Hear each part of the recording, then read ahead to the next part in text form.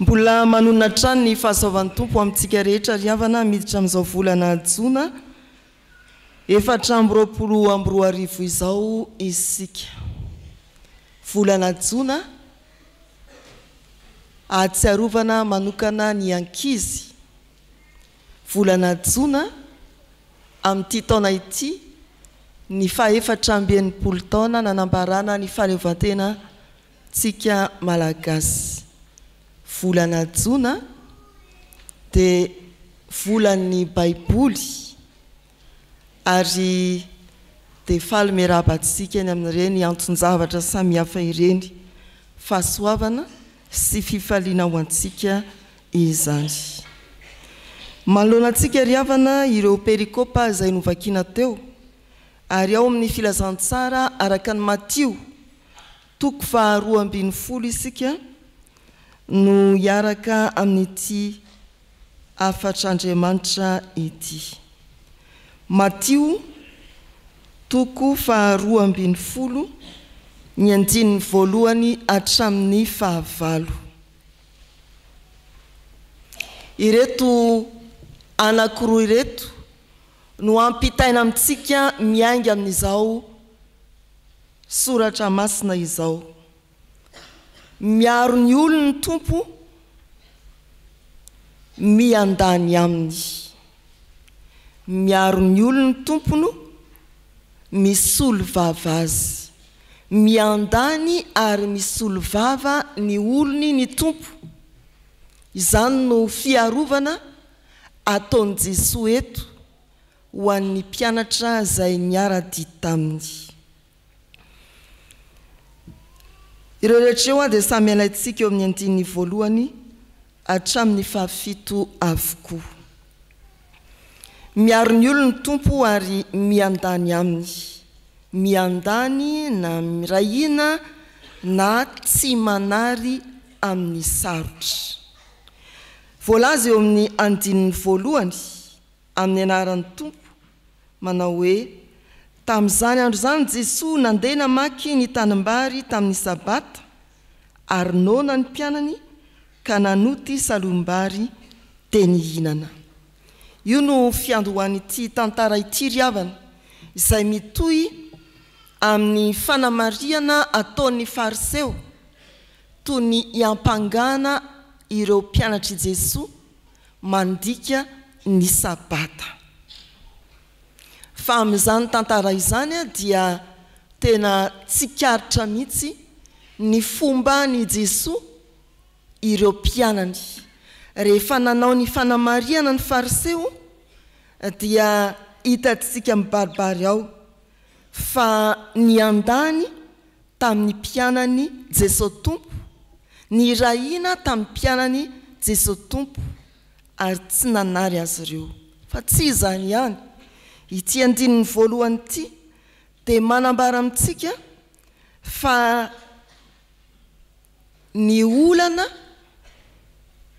dia tsy hoe ho an'ny olona tsy miaraka amin'ny tompo. Nona ny mpianatra miaraka amin'ny Jesosy izy araka ity andininy voalohany ity. Tsy maha olon'Andriamanitra antsika riavana ny olana. Fa raha mbola tononona koa hoe olona dia miaraka amin'izany ny olana. Sa izy anangatana antsika eto tsy manana olana? Olay soratra mibaribary amin'ny akanjo sasan'izay. Jesosy miaraka amin'ny mpianatra fa eto ny olana dia olana ara-tsakafo. Misy ohatra maromaro ao amin'ny Baiboly ahitana mpanompon'Andriamanitra misehatra hanohanana ary indro ny tompo miditra an-tsehatra. Ampatsivona eto ny tantaran'ny Eli mpaminany ao amin'ny mpanjaka voalohany 7:20. Rehefa namoy fo izy dia hoy izy hoe alao ny haiko fa ampy izay. Nenjehan'ilay mpanjaka vavy nanompo an'ny Baly izy. Fa indro nisy anjelo ny soratra masina nanohina azy teo ampatoriany iny ka nanao hoe mifoaza miarena ka omana. Nanana olany Eli mpanompon'Andriamanitra avy nandresiny mpaminan'ny Bala. Natory izy dia indro misy anjely manao hoe mifoaza homana. Ny mofodimy sy azan-dranondroa olana ara-tsakafon'ireo niainy ny fampianaran'i Jesosy mandra-paharivon'ny andro. Jesosy nona nanatona aviavy tsy namoa nozony ilay aviavy. Ny Marka 2:12-20.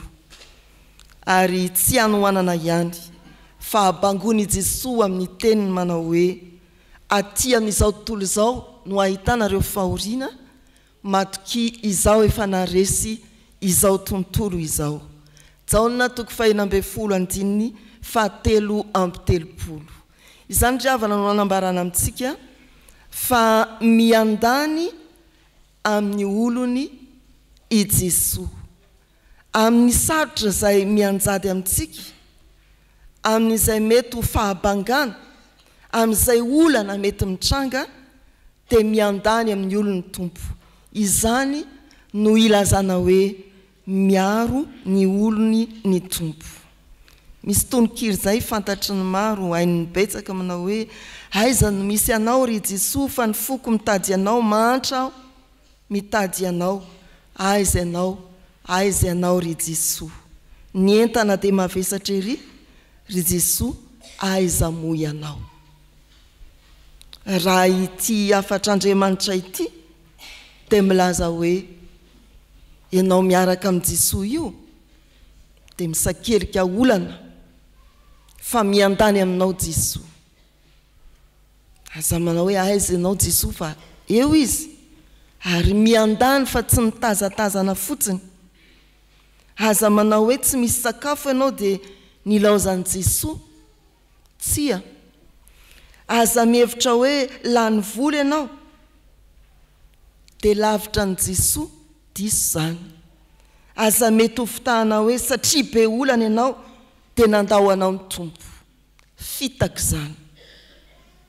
Olon'Andriamanitra ianao, miaraka aminao izy, ary tsara piaro eny an-dalana tahaka ny mpianatra izay nanoty salombary tamin'ny andro sabata isika, miatrika izao fiainana izao, mandeha amin'izao fiainana izao. Indrindra ny Tompo teo am-pamaranana ny asany, araka ny Matthieu 20:20 manao hoe amin'ny anaran'i Jesosy, indro izao momba anareo mandrakariva, ambara-pahatonga ny fahataperana izao tontolo izao. Miaro ny olony ny Tompo, miandany zato isan-jato amintsika izy. Ny faharoa ry havana, miaro ny olona ny Tompo, mpisolo vavan'ny olony izy. Ny andininy faharoa hatramin'ny fahafito, rehefa nametraka ny fiampanganana ny fanamariana ny amin'ireo mpianatra nanoty isaloim-bary andro sabata ny fariseo, dia nanomboka nanazava ny lalàna sy ny fiainana ny lalàna hatramin'ny andron'i Davida i Jesosy. Izay ilay mampisolo vava azy, nazavainy ny lalàna ary nambara ny tantaran'izany lalàna izany teo amin'ny fiarahamonina jiosy. Mpisolo vavan'ny olony i Jesosy, tsy mitavozavoza fa afaka manazava tsara mihitsy. Ary tokony anaitratsika ilay andininy fahadimy, hovakiako amin'ny anaran'ny Tompo manao hoe ary tsy mbola novakinareo ao amin'ny lalàna va fa amin'ny sabata ny mpisorona ao amin'ny tempolo manota ny sabata nefa tsy manan-tsiny. Io zany le lazay ny sasany indrindray hoe ko pasteur ary miasa lahady tontoloko ahoan'izay ny tsy hiasa.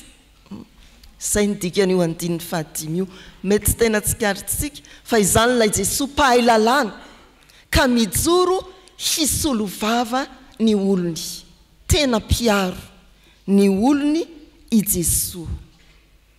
Ny lalàna momba ny sabata dia napetraka ny Tompo ary no azavainy misimisy kokoa napetrany eo amin'ny bokyny Exodosy toko 20 fantatsika zany nazavainy misimisy kokoa raha mikasika an'ireo andro firavoravona samihafa ao amin'ny Exodosy toko 17 ihany indrindra ao amin'ny Levitikosy toko 17 dia ao amin'ny Deutéronomie toko 17 misy dikan'ireo 17 ireo mba hamora ny fitadiditsika fa tena zava-dehibe tokoa teo amin'ny fivavahana jiosy ny atao hoe sabata ka mendrika ho tadidiana sy iainana fatratra eto tsy hoe nakavarin'olona tena tanimbary ny fanamarian'ny fariseo fa ny fanitsakitsana ny sabata nataon'ny mpianatra ny fakana varin'olona ny tanimbary mantsy dia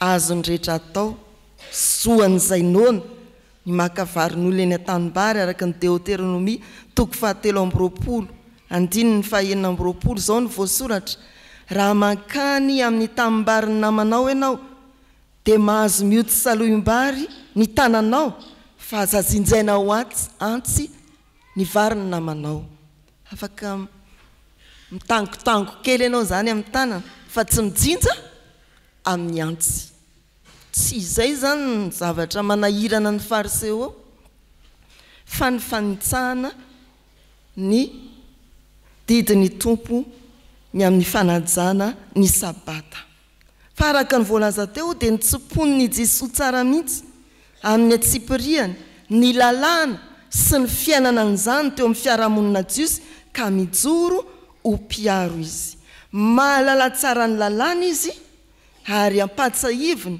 fa ny sabata dia fanafahana ny sabata dia famonjena ka raha mba hanaona ny mpianatra aleo izy matinaona t'izay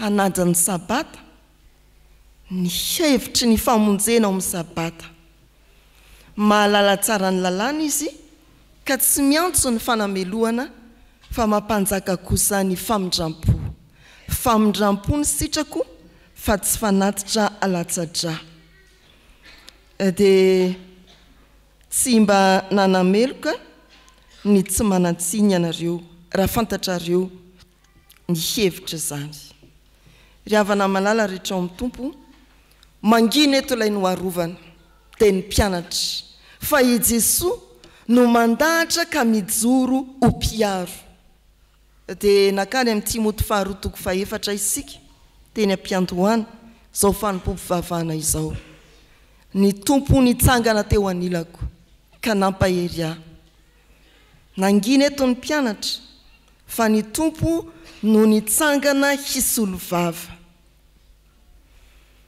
eo amin'ny fiainantsika kristiana ry havana dia misy miandry kendri-tohana ny amin'izay fahadisoana ataontsika any atokantrano zany nareo mba mpivavaka any an-dalambe raha mitondra baiboly ianao ka sendra mba sorena vohitsaka le kiraro mangirana be baiboly hoentina nevana zany ny atao tsy mananjo tezitra vitsy ianao any ampiasana mety izany koa andrasan'ny olona kendri-toana isika lay mijoro kristianina ary dia ampangainy fa amin'izany dia sasatra foana mpitsipona fahadisoana fa ny tompo dia mijoro ka miteny manao hoe famindrampo ny sitrako fa tsy fanatitra alatsadra raha ampangaina ianao anio raha voapanga ianao naizanaiza raha nandrasana kendri-toana ianao teo amin'izay nijoroanao ho kristianina avao zindray ny fandraisanao an'i Jesosy Kristy hijoro mpisolo vavanao izy ka hiaro anao matoki fa tsara mpiaro ianao eo anoloan'i Jesosy Kristy ny diso dia mbola mahazo famindrampo mandraka ankehitriny ho anao koa miapanga mafy anao ny fahavalo ny fanjakan'Andriamanitra teny devoly tsarovy ny soratra masina manao hoe iza no hiapanga ny olom-bo fidin'Andriamanitra Kristy Jesosy no efa maty ary nitsangana tamin'ny maty izany dravana no afatry ny perikopa araka ny Matio tamin'ity faharoan'ny volana Jona ity. Voalohany, miaro ny olony tompo ka miandany aminy. Ny faharoa, miaro ny olony Jesoa misy olo vava azy. Ho an'Andriamanitra ny voninahitra. Amen.